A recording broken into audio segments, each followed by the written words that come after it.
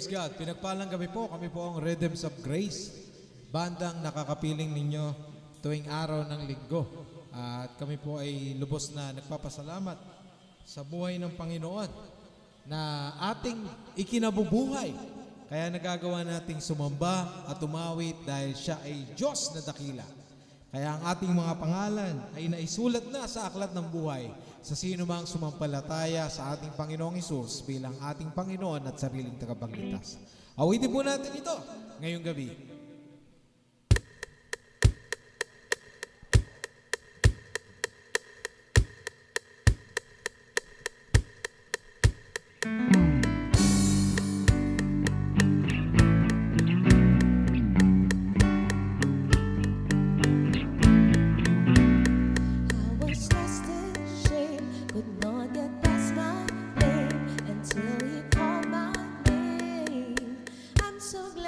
Changed me, darkness held me down, but Jesus pulled me out.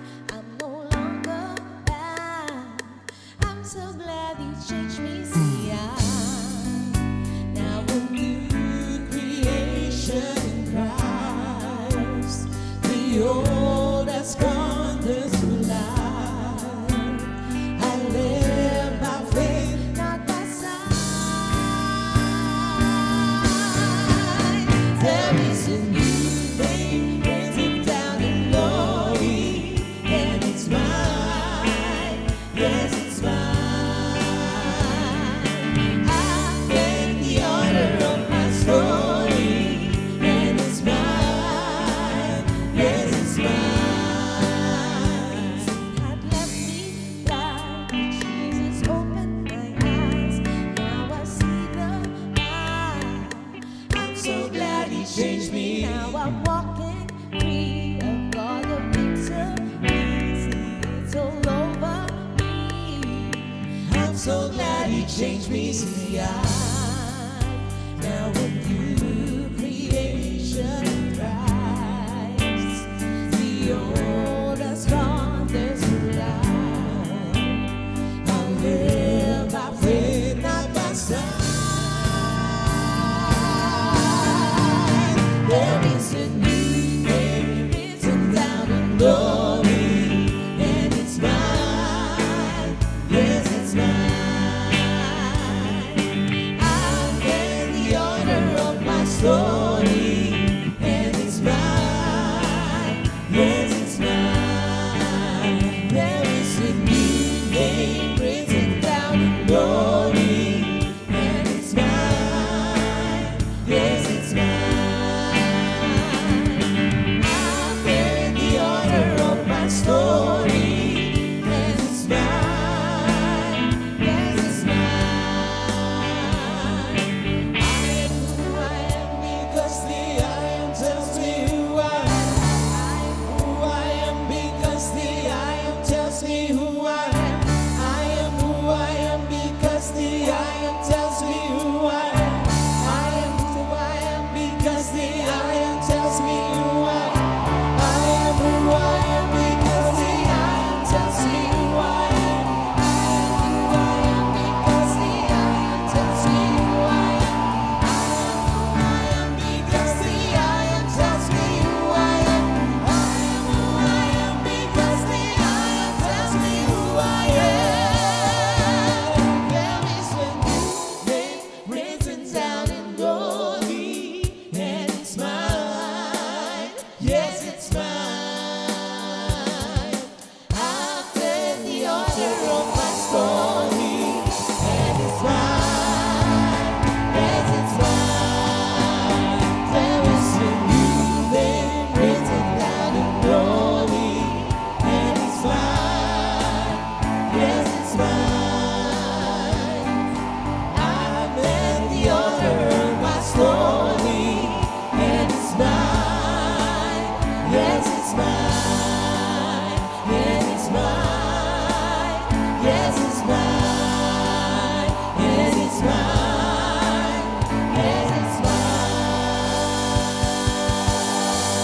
mine. Amen. Glory to God. Glory to your name, Jesus.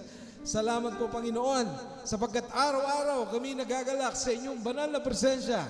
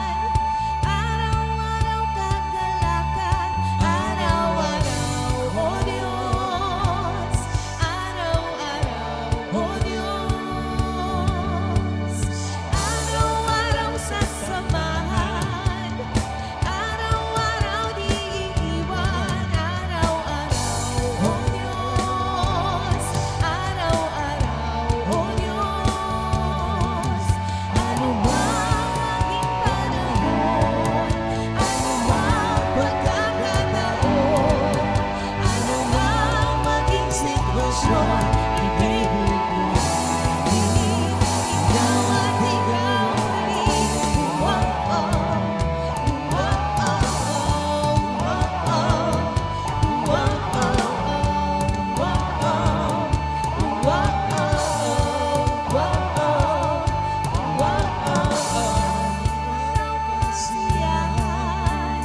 araw-araw kagalakan, araw-araw o Diyos, araw-araw o Diyos. Araw-araw sasamahan, araw-araw diiwan, araw-araw o Diyos, araw-araw o Diyos. Anumang maging panahon, anumang pagkakataon, anumang maging sitwasyon, ika'y buburihin. Ikaw at ikaw ulit.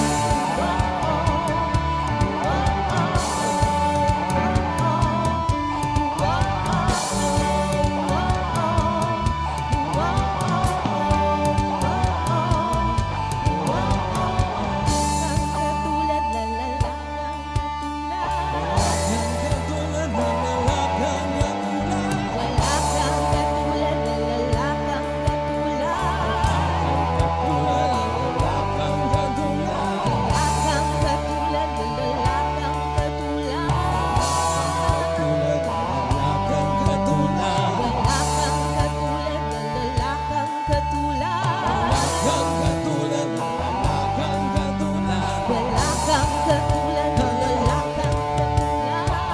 Wala kang katulad na lalakang Anumang maging panahon, anumang pagkakataon, anumang maging sitwasyon, ika'y buburihin. Anumang maging panahon, anumang pagkakataon, anumang maging sitwasyon, ika'y buburihin. Anumang maging panahon, anumang pagkakataon, anumang maging sitwasyon, ika'y buburihin. Ikaw at ikaw pa rin. Oh, oh, oh, oh, oh,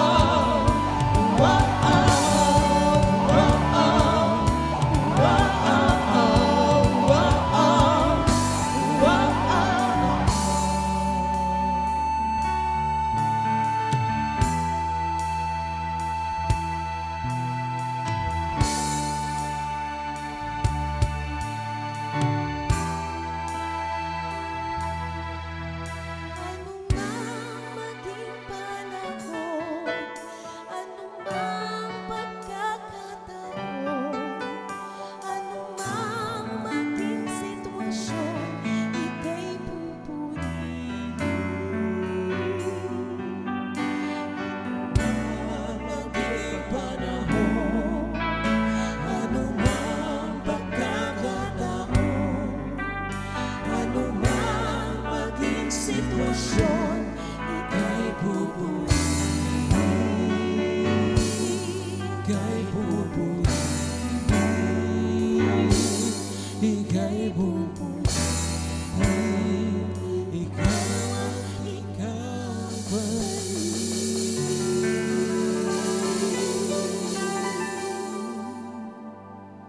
Ikaw at ikaw pa rin, Panginoon, ang aming sasambahin at pupurihin sa lahat ng pagkakataon. Ano man ang mangyari, kami man, Panginoon, ay dumaraan sa mga pagsubok at kagipitan, kahirapan sa buhay. Subalit kayo, Panginoon, ang siyang nagpapatunay na hindi kayo nagbabago. Napakabuti ninyo sa amin.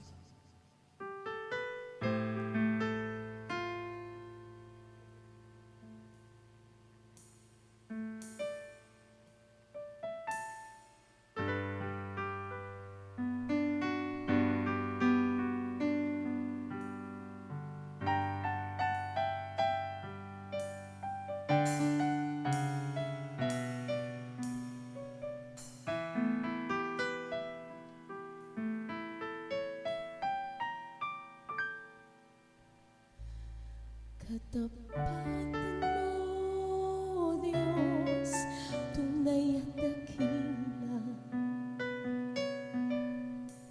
Ang pag-ibig mo'y wagas at walang kapantay sa aking puso, sa aking buhay.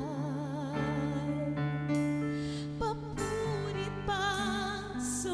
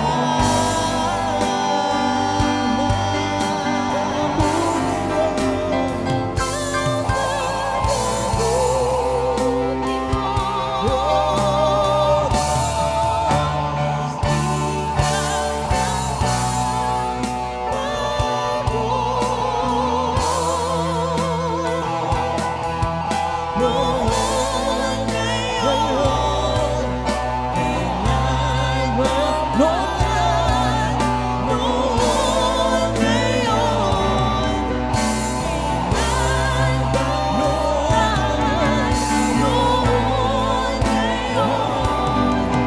kailanman, noon, ngayon, sa buhay ko'y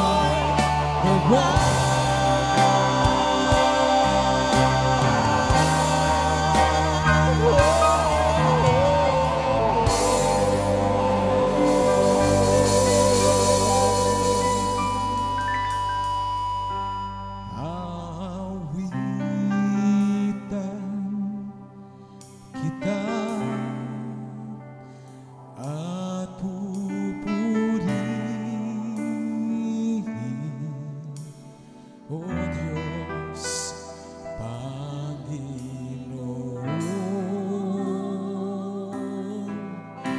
kay buti mo sa akin. Awitan kita,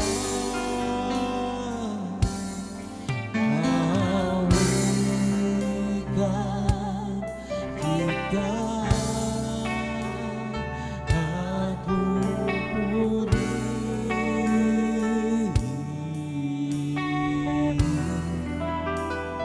Panginoon,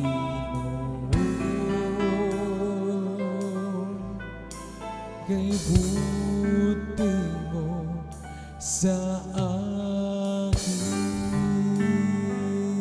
O Panginoon, Panginoon, kay buti mo sa akin,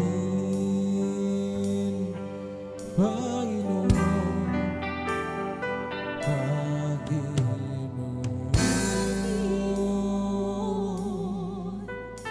kay buti mo sa akin.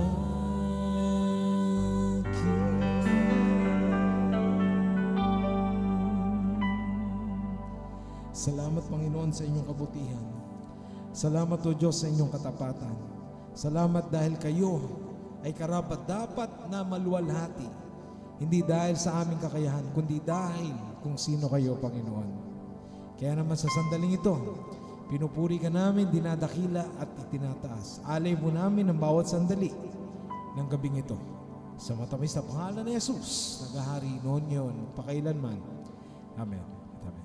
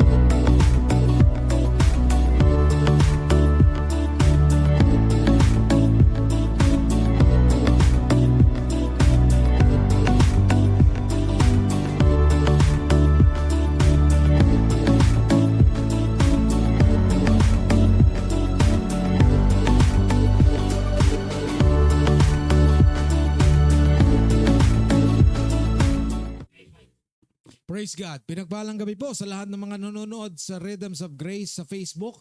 Kami po ang bandang nakakapiling nyo tuwing linggo. At ako po si E.I. Joven. At ang pamilya ko po ang nakapiling natin sa panambahan sa Panginoon. At syempre sa keyboard si Papa Nathaniel Lizon, si Papa Tani. Ako naman sa vocals and sa guitars. Si Paring Laser naman, nakita natin, nag-bass guitar. Praise God.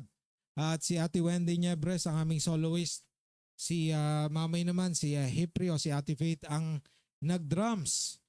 At si Ken Oriel Niebres ang aming director at nag-operate ng lyrics kanina. Praise God, pinagpalang kami po. Luzon, Visayas, Mindanao at sa buong mundo.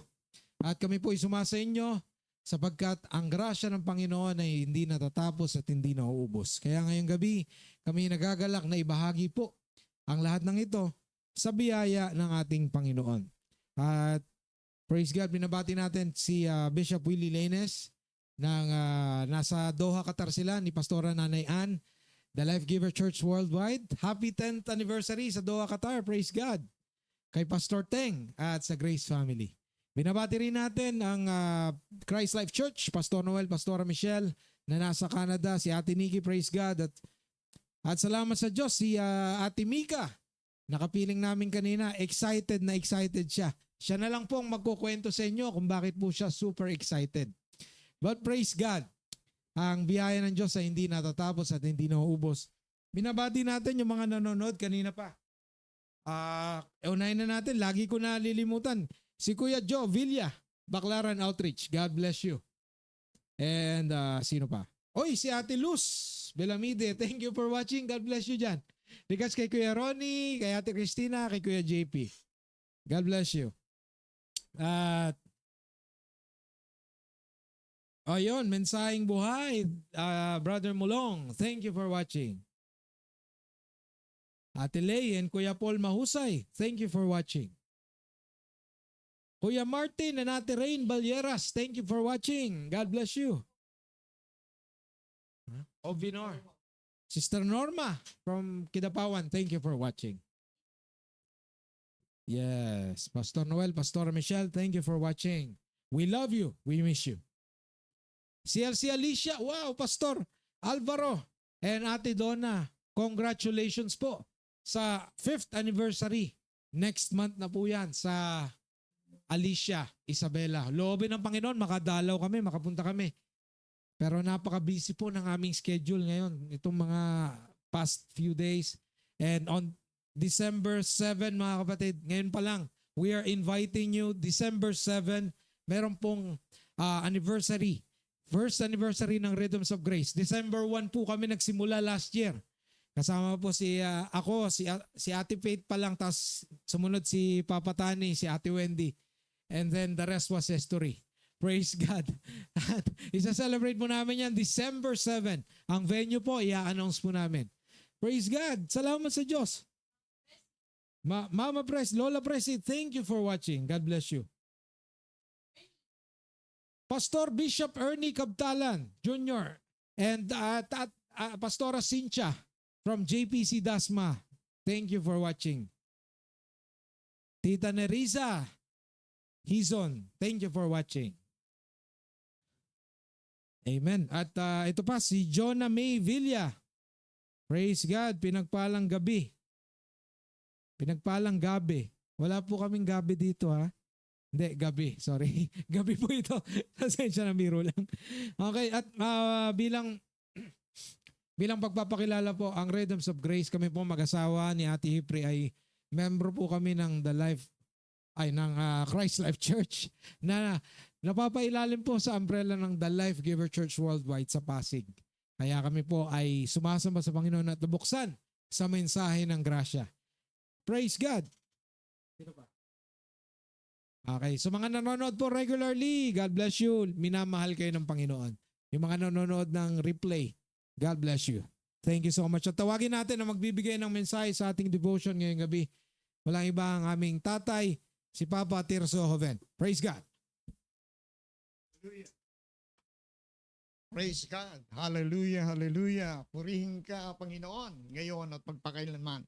At nagpupuri po ako, nagpapasalamat sa ating Panginoon sapagkat nabigyan po ako muli ng pagkakataon para magbahagi ng kabutihan ng Diyos sa ating lahat. Naranasan ko ang pag-ibig ng Panginoon sa aking buhay, maging sa aking buong pamilya. Kaya purihin ang Panginoon. At ngayong gabi nito, ang ating pag-aaral ngayon ay tatawagin ko po the boundless love of Christ. The boundless love of Christ o yung the greatness of Jesus Christ's love. Ito po ay hahuin natin sa aklat ng Ephesians, chapter 3, umpisa natin sa 17 hanggang 19.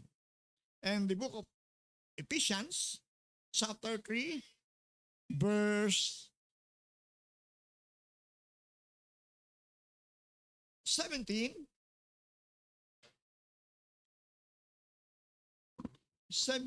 to 19. Okay. Ulitin ko, our topic for today is all about the boundless love of Christ. Purihin ang Panginoon. Mga kapatid, minsan may tanong tayo. Gaano nga ba kalaki ang pag-ibig ng Diyos? Tanong natin yan. Kasi minsan nagre-reklamo tayo, mahal pa ba ako ng Diyos? Sa kabila ng Diyos ay sumasa atin palagi. Minsan nakakalimutan natin na ang presensya ng Diyos ay sumasa atin palagi. Kaya mga kapatid, ito ang tanong, gaano nga ba kalaki ang pag-ibig ng Diyos? Hindi natin ito kayang sukatin sa metro, sa ruler, o sa timbangan. Pero si Paul, sa kanyang prayer sa Ephesians chapter 3, sinabi niya, ang pag-ibig ni Kristo ay wide, long, high, and deep. Ang pag-ibig niya ay mas malaki pa sa iniisip natin. At ito ang magpupuno sa atin at magbabago ng buhay natin.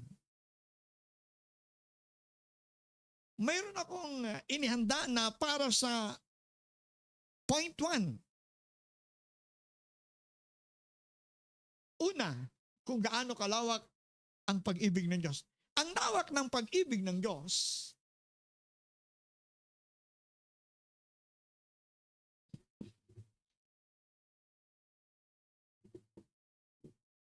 sabi sa 17.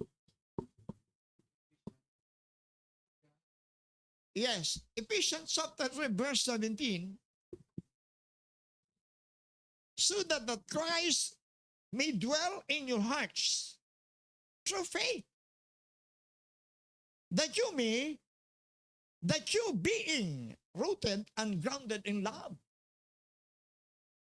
So verse 18, may have the strength to comprehend with all the saints what is the breadth and length of height and depth,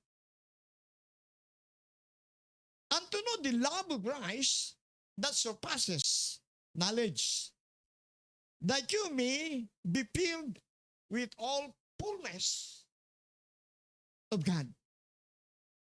Yun mga kapatid ko kay Kristo, ang sinasabi ni San Pablo sa mga taga-Ephesians.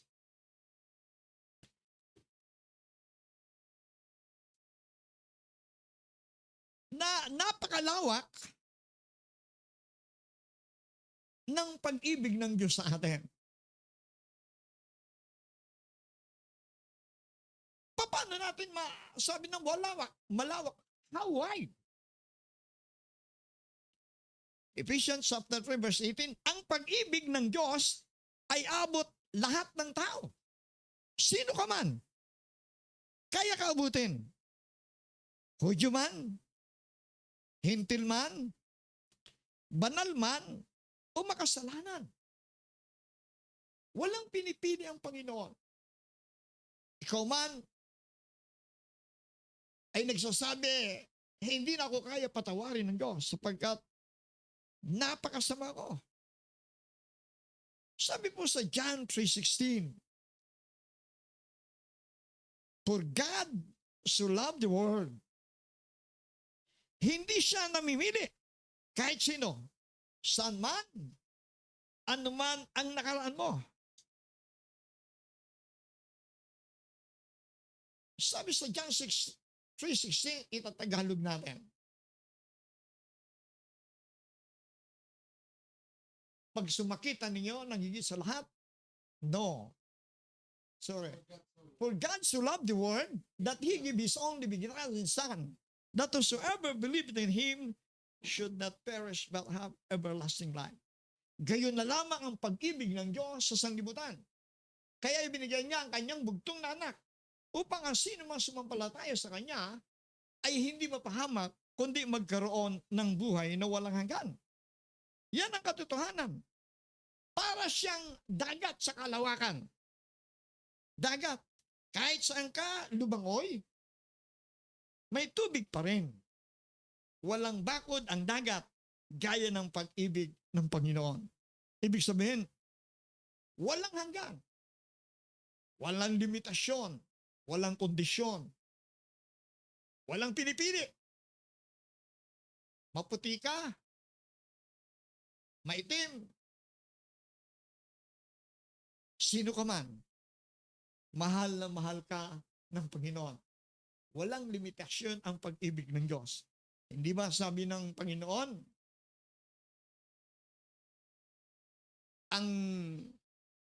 ang mag-asawa ay hindi na dalawa, kundi isa.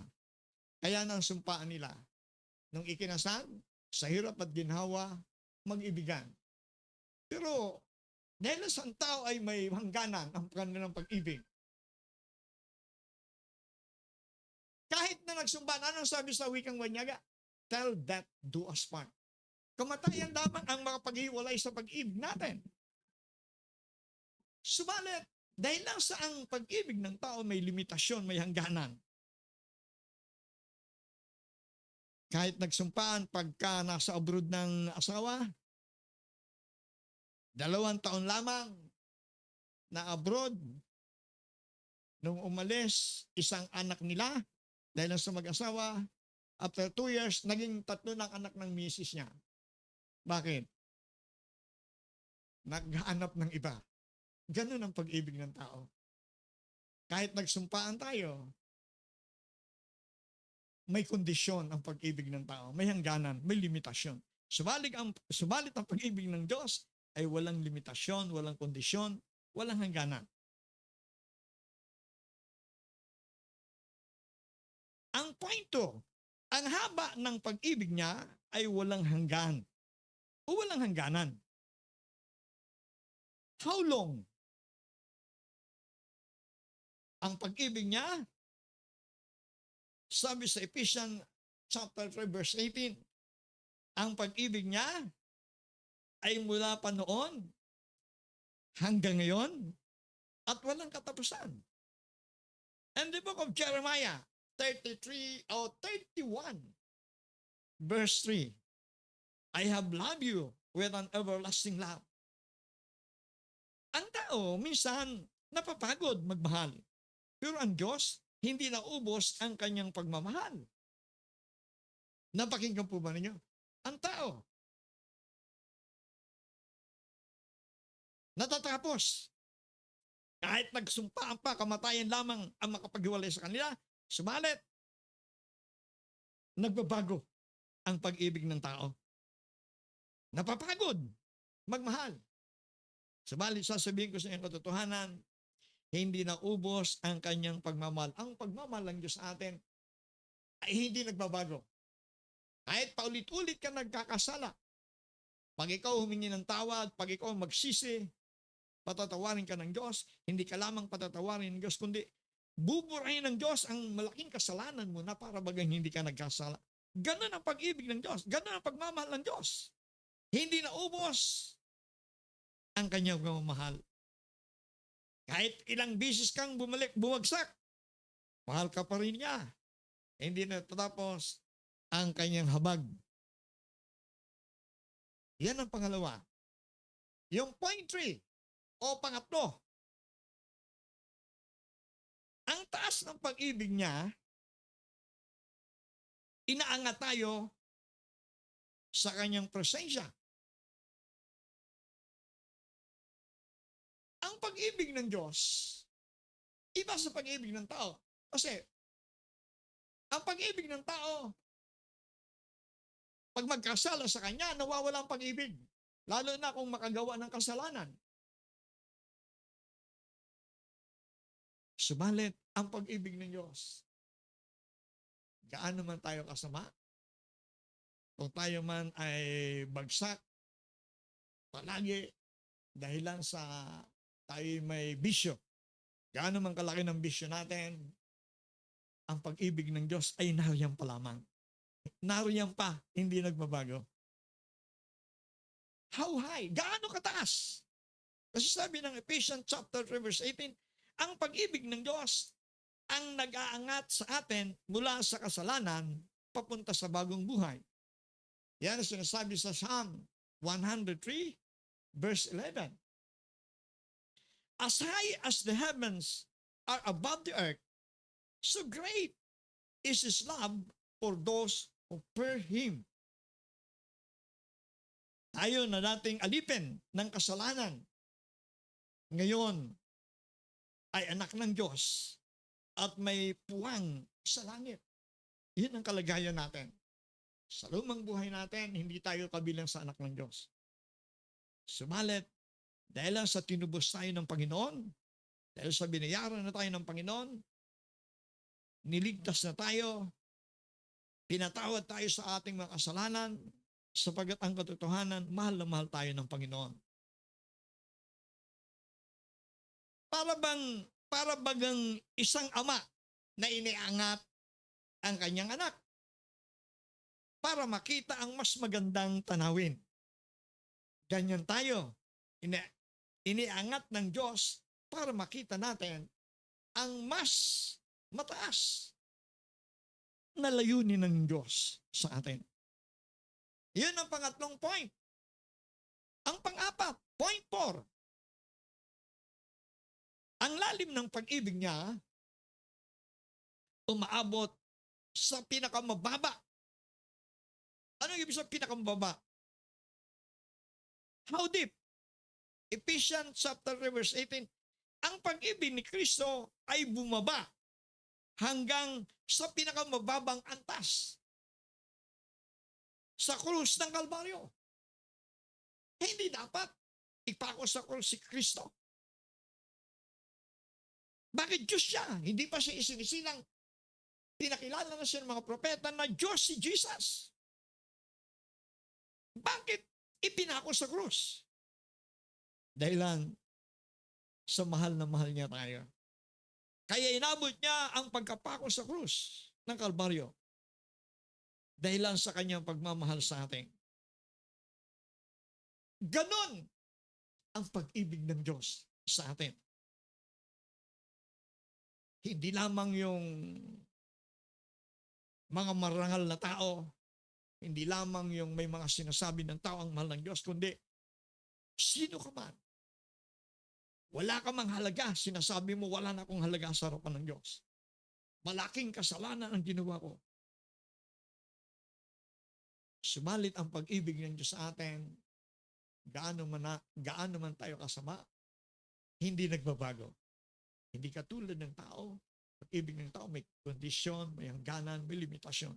Sumalit ang pag-ibig ng Diyos sa atin, gaano man tayo kasama, ulit-ulit man tayo nagkakasala, ang pag-ibig ng Diyos ay hindi nawawala sa atin sapagkat mahal na ating Panginoon ang mga makasalanan. Hindi yung kasalanan ng mahal ng Diyos, kundi yung makasalanan. Ang tao na makasalanan ay mahal ng Panginoon kahit na napakabigat ng kasalanan mo. Sabi sa Romans 8:38-39, nothing can separate us from His love. Kahit gaano kalalim ang sugat, kasalanan, o kalungkutan, abot pa rin ang pag-ibig ng Diyos. Iniibig pa rin tayo ng Panginoon. Hindi nagbabago ang kanyang pag-ibig. Hindi katulad sa mag-asawa. Pag magkasala, ano ang sagot ng asawa?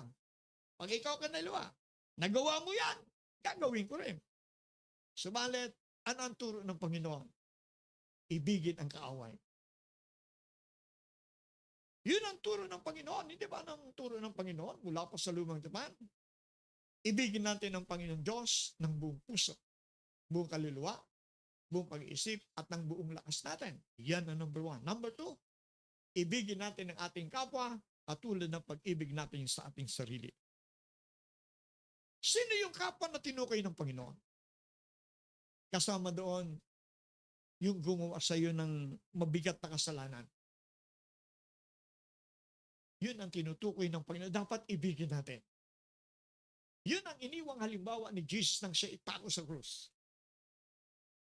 Sa kabila na wala siyang kasalanan, hinagupit paulit-ulit, ipinako sa krus, namatay. Subalit bago namatay, 7 wika ang winika ni Jesus. Sa mga nagpako sa kanya sa krus, anong unang winika? Ama, patawarin mo po sila sapagat hindi nila nalalaman ang kanilang ginagawa. Nothing can separate us from His love. Kahit gaano kalalim ang sugat, gaano ka bigat na kasalanan natin o kalungkutan, abot pa rin ng pag-ibig ng Diyos. Kaya kung iniisip mong wala nang makakaunawa sa iyo, tandaan mo, abot ng Diyos kahit ang pinakamalalim, pinakamadilim na parte ng buhay mo. Sapagkat ang ating Diyos ay pag-ibig. Yun ang patuloy niya na ipinadadama sa atin. Bakit tayo ngayon nakatayo? Malakas. Walang sakit karamdaman. Bagamat may mga problema tayo, pero bakit patuloy tayo naglilingkod sa Panginoon? Sapagat ang pag-ibig ng Diyos sa atin ay hindi kaya sukatin. Walang hanggan. Uulitin ko ang sinabi sa John 3:16. Gayon na lamang ang pag-ibig ng Diyos sa sanlibutan. Kaya ibinigay niya ang kanyang bugtong na anak upang ang sino man sumampalataya sa kanya ay hindi mapahamak kundi magkaroon ng buhay na walang hanggan. Yung conclusion natin, mga kapatid, ang pag-ibig ni Kristo ay malawak. Yun ang una. Abot lahat. Mahaba. Walang katapusan. Mataas. Inaangat tayo. Malalim. Abot sa atin.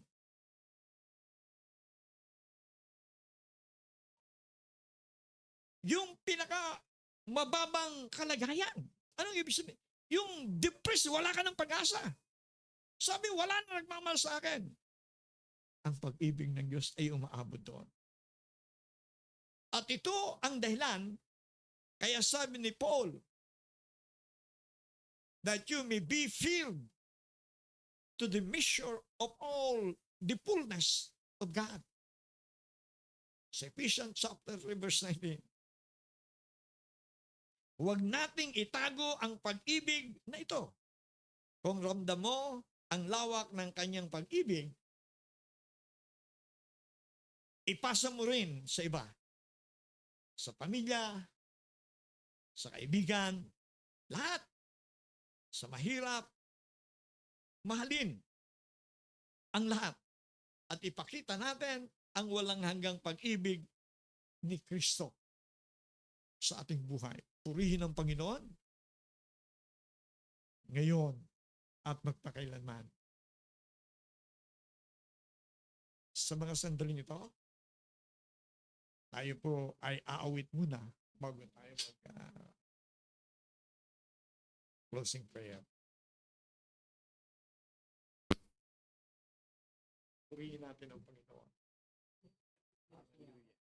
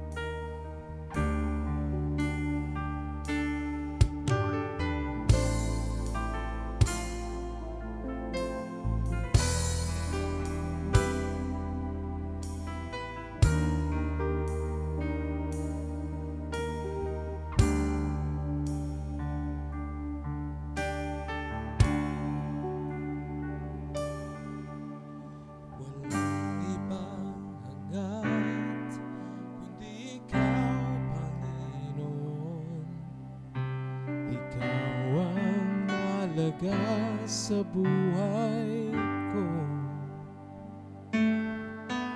Kahit na anong mangyari, ako sa'yo'y sasamba. Pagkat Panginoon, dakila ka. Walang makahigit sa'yo. Dakilang pag-ibig mo. Maghari ka, O Diyos. Maghari ka, Jesus.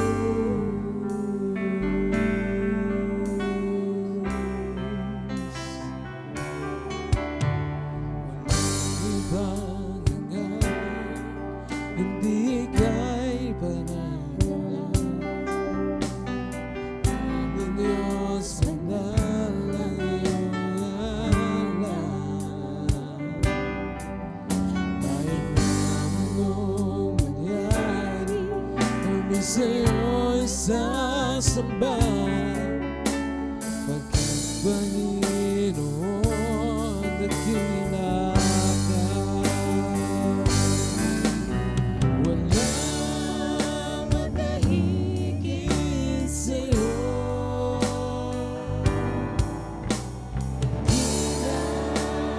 Pag-ibig mo. Maghari ka, O Diyos. Maghari ka, Jesus. Walang makahigit sa'yo, Panginoon.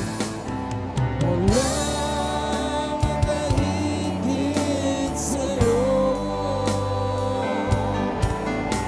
Dakilang pag-ibig mo. Maghari ka, O Diyos. Maghari ka, Jesus.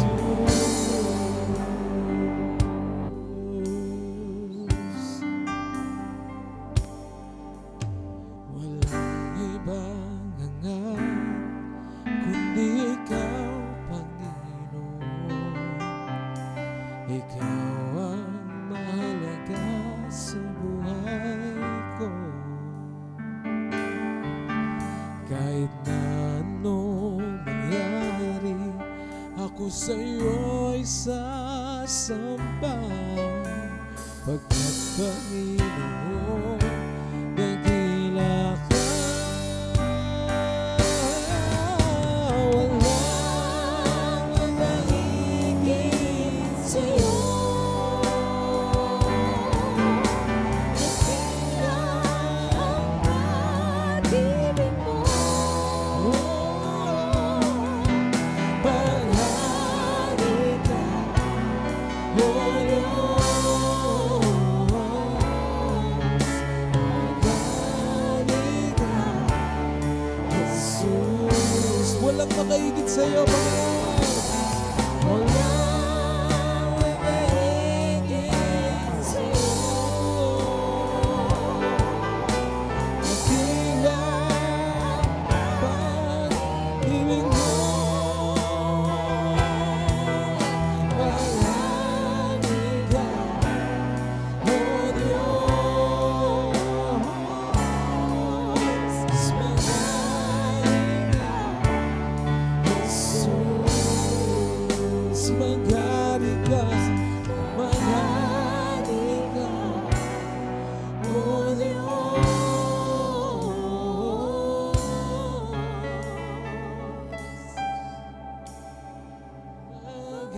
Maghari ka, Jesus.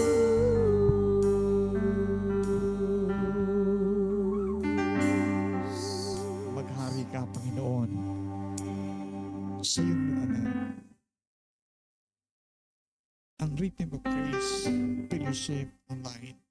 Ito itinakda mo para maraming makapakinig ng iyong mga salita. Yun ang pinakasentro. Praise and Worship Fellowship Online. Mga kapatid, kilala tayo ng Panginoon. Walang natatago sa mata ng Diyos sa bawat isa natin. Dito ka man sa Pilipinas, Luzon, Visayas, Mindanao, kahit sa iba't ibang bansa. Hindi man namin kayo kilala, subalit kilala kayo ng Panginoon.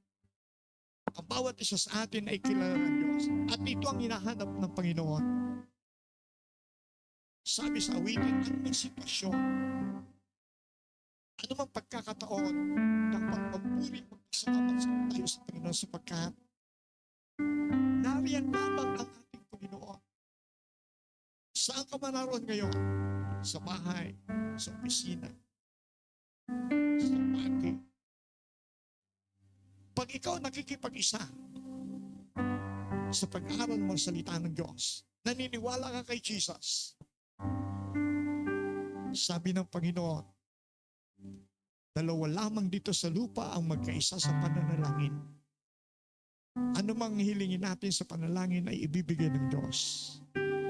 Sapagkat saan man may dalawa o tatlo na nagkakaisa sa pangalan ni Kristo, kasama natin siya. Mga kapatid ko kay Kristo, paniwalaan po natin na si Kristo hindi malayo sa atin. Napakalawak ng pag-ibig niya sa atin. Napakalalim. Napakataas. Sino man tayo? Saan man tayo lugar ngayon? Ang pag-ibig ng Diyos ay dumadaloy sa iyo. Si Kristo, ipinako sa krus. Sa kabila, hindi karapat-dapat ipako si Kristo sa krus sapagkat ang ipinapako sa krus noon, masamang tao. Di ba yung katabi ni Jesus nang ipako siya sa krus? Sino yun? Mga kriminal. Masamang tao, kaya sila pinako. Si Kristo, si Jesus, sa gitna pa nila. Bakit ipinako si Jesus sa krus? Sa kabila na walang kasalanan. Sapagkat sa halip na tayo ang tumanggap ng parusa, inako niya ang parusa na dapat tayo ang tumanggap. Inako niya ang parusa na dapat tayo ang paparusahan dahil sa ating makasalanan. Bakit? Sapagkat mahal na mahal tayo ng Panginoon. At dumating sa atin ang grasya, ang biyaya ng Diyos. Dahilan sa kamatayan at muling pagkabuhay ni Jesus. At saan ka man naroon, kapatid, ano man kailangan mo, alam ng Diyos. Sino ka man, kilala ka ng Diyos. Ang kailangan mo lamang ngayon, tanggapin si Jesus bilang Panginoon, sarili mong tagapagligtas. Huwag kang mag-alinlangan ng mga salita ng Diyos na napakinggan mo. Hindi katulad ng ordinaryong libro. Ang salita ng Diyos na inyong napakinggan, ito mismo si Kristo. Ito ang magbibigay sa iyo ng kagalingan kung may sakit ka. Sapagat sa pamagitan ng kamatayan ni Kristo at muling pagkabuhay, dumating sa atin ang grasya ng Diyos. Ang biyaya, dumating sa atin. Ang kanyang pag-ibig, gaano ka man kasama, mahal na mahal ka niya. At sa mga sandaling ito, pag ikaw magsisisi, tumalikod sa iyong kasalanan, patatawarin ka ng Diyos. At once na pinatawad ka ng Diyos, burado na ang kasalanan mo. At pag binuksan mo ang iyong puso, paniwalaan mo si Jesus na siya ay namatay para ikaw ay gumaling, para ikaw ay iligtas, para ikaw ay magbago, para tanggapin mo ang grasya na kailangan mo ngayon. Ano bang grasya ng Diyos kailangan mo? Kagalingan? Kalutasan ng problema? Pagpapala na hindi kaya bayaran ang kayamanan sa libutan ito? Pagpapala mula kay Kristo, mula sa kamatayan at muling pagkabuhay ni Kristo. Pag hindi ka mag-alinlangan, dadaloy ngayon. Sa mga sandaling ito, dadaloy ngayon ang grasya ng Diyos na inilaan sa mga katulad mo na sa kabila na malayo ka. Napakalapit ng Diyos sa'yo. Sapagkat napakalawak, napakataas Napakalalim ng pag-ibig ng Diyos sa iyo. At sa pangalan ni Kristo, kapatid, paniwalaan mo. Walang imposible sa ating Diyos, nakatabi mo lamang. Kaya sa pangalan ni Jesus na taga Nazaret, ang lahat ng problema mo, lahat ng sakit karamdaman mo, ay pinawawala namin ng bisa in the mighty name of Jesus. Sapagat sinabi ng Panginoon, pag siya'y nasa puso natin, pag tayo nananalig kay Kristo, wala tayong hingi sa Kanya na hindi niya kaya ibigay sa pamagitan ng ating pananampalataya sa Kanya. Kaya sa pangalan ni Kristo, na ating Panginoon tagapagligtas, iunat mo po, Panginoon, ang iyong makapangyarihang kamay. At abutin ang bawat parte ng katawan ng aking mga kapatid dito na may sakit karamdaman. Hipuin upang ang kagalingan mula sa iyong banal na dugo na umagos sa krus ng Kalbaryo ay tanggapin nila. Ano ang pangailangan nila ay igawad mo sa kanila. Kahit na imposible, pangako mo, yung posible ay makakamtan. Kahit na imposible pa na pagalingin, pagpalain, pag kami papanalig sa iyo, tsak yun. Maranasan namin ang iyong grasya. At sa pamagitan ng grasya ni Kristo sa kanyang muling pagkabuhay, pagkamatay at muling pagkabuhay, Panginoon, pinananaligan po namin at dumadaloy ngayon ang iyong biyaya, ang iyong grasya. Sa sino man nakikipag-isa sa panalangin ito, sa sino man nalig sa iyo, ay inabot mo na yung kapangyarihan, ang iyong biyaya, ang iyong grasya. Pinagaling na. Answer prayer na kami ngayon. In the mighty name of Jesus. Purihin ka, Yahweh. Salamat, Panginoon, sa katugunan sa aming mga kahilingan. To God be the highest glory. In Jesus' name. Amen and amen. Salamat po, Papa Tirso, sa mensahe. At sa lahat po ng nanood, God bless you. Salamat po at tanggapin po ninyo. Tanggapin po natin ang pagpapala ng Diyos Ama na siyang nagmamahal sa atin bilang ating magulang. Sumaatin nawa ang pagpapala ng Diyos Anak, ating Panginoong Hesus na namatay sa krus ng Kalbaryo at nabuhay na magmuli. Sumaatin nawa ang pagpapala ng Diyos Espiritu Santo na laging nagpapaalala sa atin kung gaano tayo iniibig ng ating Panginoon. Sa pangalan ni Jesus, Amen and Amen. God bless us all and see you next Sunday.